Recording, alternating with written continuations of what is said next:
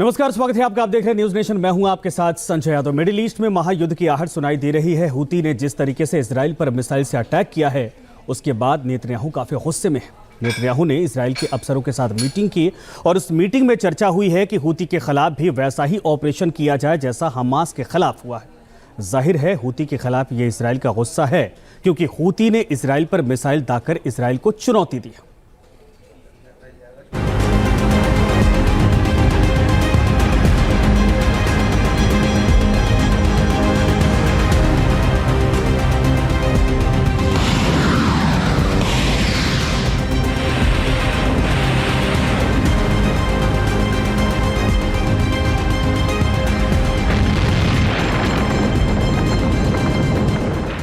Houthi के एक missile ने दुनिया में नई बहस छेड़ दी है।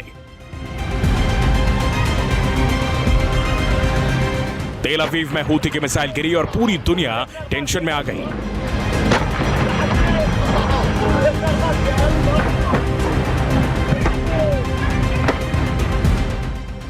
ग्यारह मिनट में ही यमन से इतनी स्पीड से मिसाइल आई और तेल अवीव में धमाका हो गया।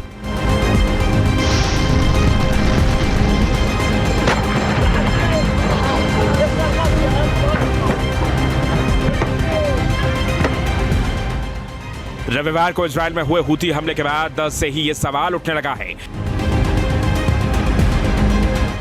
कि क्या हूती ने इजराइल पर दागी हाइपरसोनिक मिसाइल।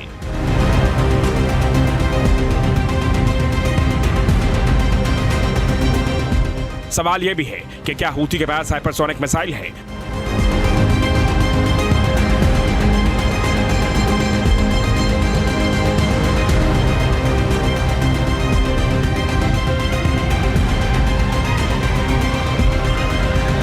सवाल तो यह भी उठने लगे हैं कि आखिर हूती के पास हाइपरसोनिक मिसाइल कहां से आई।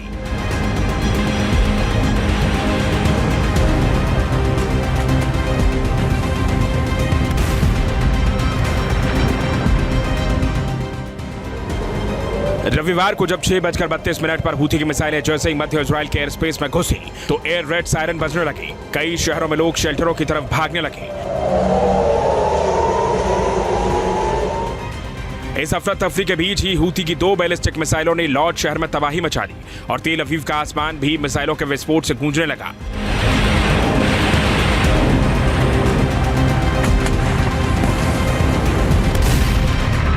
सबसे बड़ा सवाल तो यह है कि इजराइल का आयरन डोम भी हूती के इन मिसाइलों को पकड़ने में फेल रहा और तेल अवीव में भयंकर विस्फोट हुआ।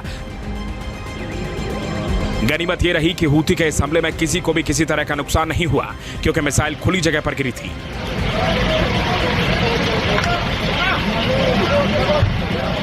लेकिन अब 24 घंटे बाद हूती की ओर से जो दावा किया गया है उसने इजराइल पर हाइपरसोनिक मिसाइल से हमला किया है, तो अमेरिका समेत दुनिया के कई देश भौचक्का रह गए, क्योंकि दुनिया के चुनिंदा देशों के पास ही हाइपरसोनिक मिसाइल है।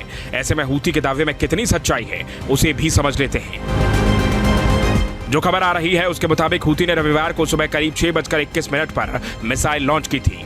इजराइल के तेल अवीव में सुबह 6:32 पर सायरन बजने लगा और मतलब कि लॉन्चिंग और सायरन बजने में 12 मिनट लगा। हूती की ओर से दावा किया गया कि उसके मिसाइल ने 2024 किलोमीटर की दूरी 11.50 मिनट में तय की।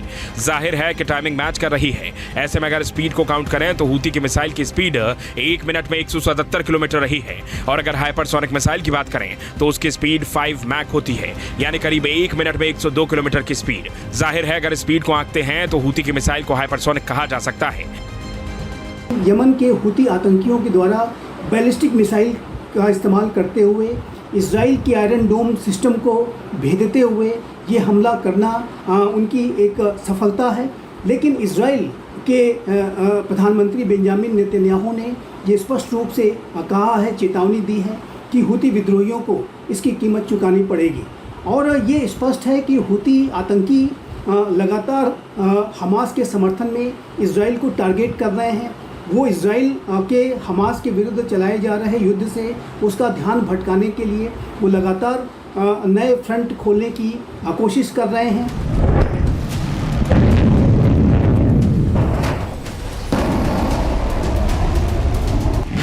हालांकि आईडीएफ ने हूती के दावे को सिरे से खारिज किया है। आईडीएफ के अफसरों का कहना है कि हूती ने तेल अवीव पर अटैक तो किया था, उससे कुछ नुकसान नहीं हुआ, लेकिन हूती के दावे में कितनी सच्चाई है, क्योंकि हूती ने तो जो मिसाइल दागी थी वो बैलिस्टिक मिसाइल थी, न कि हाइपरसोनिक मिसाइल। लेकिन अभी तक जितनी भी रिपोर्ट सामने आई हैं, उसके मुताबिक हूती के पास बैलिस्टिक मिसाइल ही है जो उसको ईरान से मिली है। ईरान के पास शहाब 3 बैलिस्टिक मिसाइल है। इस मिसाइल को ईरान ने हूती को दिया है और हूती ने इसका नाम रखा है तूफान। तूफान मिसाइल हूती को ईरान से मिली है। ये ईरान की गदीर मिसाइल है जिसे ईरान ने शहाब 3 मिसाइल को अपग्रेड करके बनाया है। इस मिसाइल की रेंज 2000 किलोमीटर है। उत्तरी यमन से तूफान मिसाइल 12 से 15 मिनट में मध्य इजराइल तक पहुंच सकती है। इससे 650 किलो का वॉरहेड दागा जा सकता है।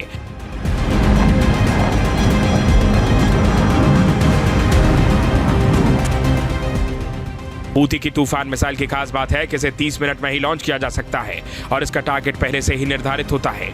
फ्लाइट के दौरान इसका रास्ता नहीं बदला जा सकता। बताया जा रहा है कि 25 साल से इजराइल ईरान के शहाब 3 को रोकने के लिए एरो सिस्टम को अपग्रेड कर रहा है। जाहिर है हूती के दावे पर चर्चा तेज है, लेकिन क्या हूती ने इजराइल पर हमला करके गलती कर दी है?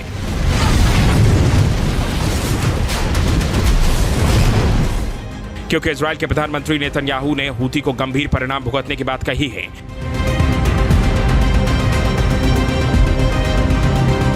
הבוקר החות'ים שיגרו טיל קרקע מתימן לשטחנו.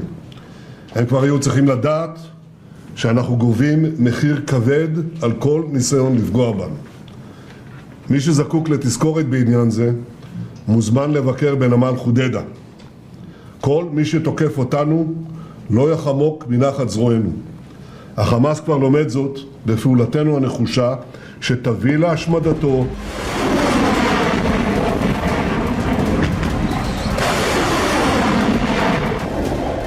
ईरान के मिसाइलों से हूती ने इजराइल के लिए मुश्किल खड़ी करनी शुरू कर दी है। वहीं खबर यह भी है कि हूती विद्रोही सीरिया भी पहुंच गए हैं। जॉर्डन के रास्ते हूती विद्रोहियों का एक स्पेशल ग्रुप सीरिया पहुंचा है जो लेबनान में हिजबुल्लाह के लड़ाकों के साथ जुड़ सकता है और इजराइल के खिलाफ गोलन हाइट्स की तरफ से जंग शुरू कर सकता है, जिससे मिडिल ईस्ट में भयंकर संग्राम की आहट तेज हो गई है।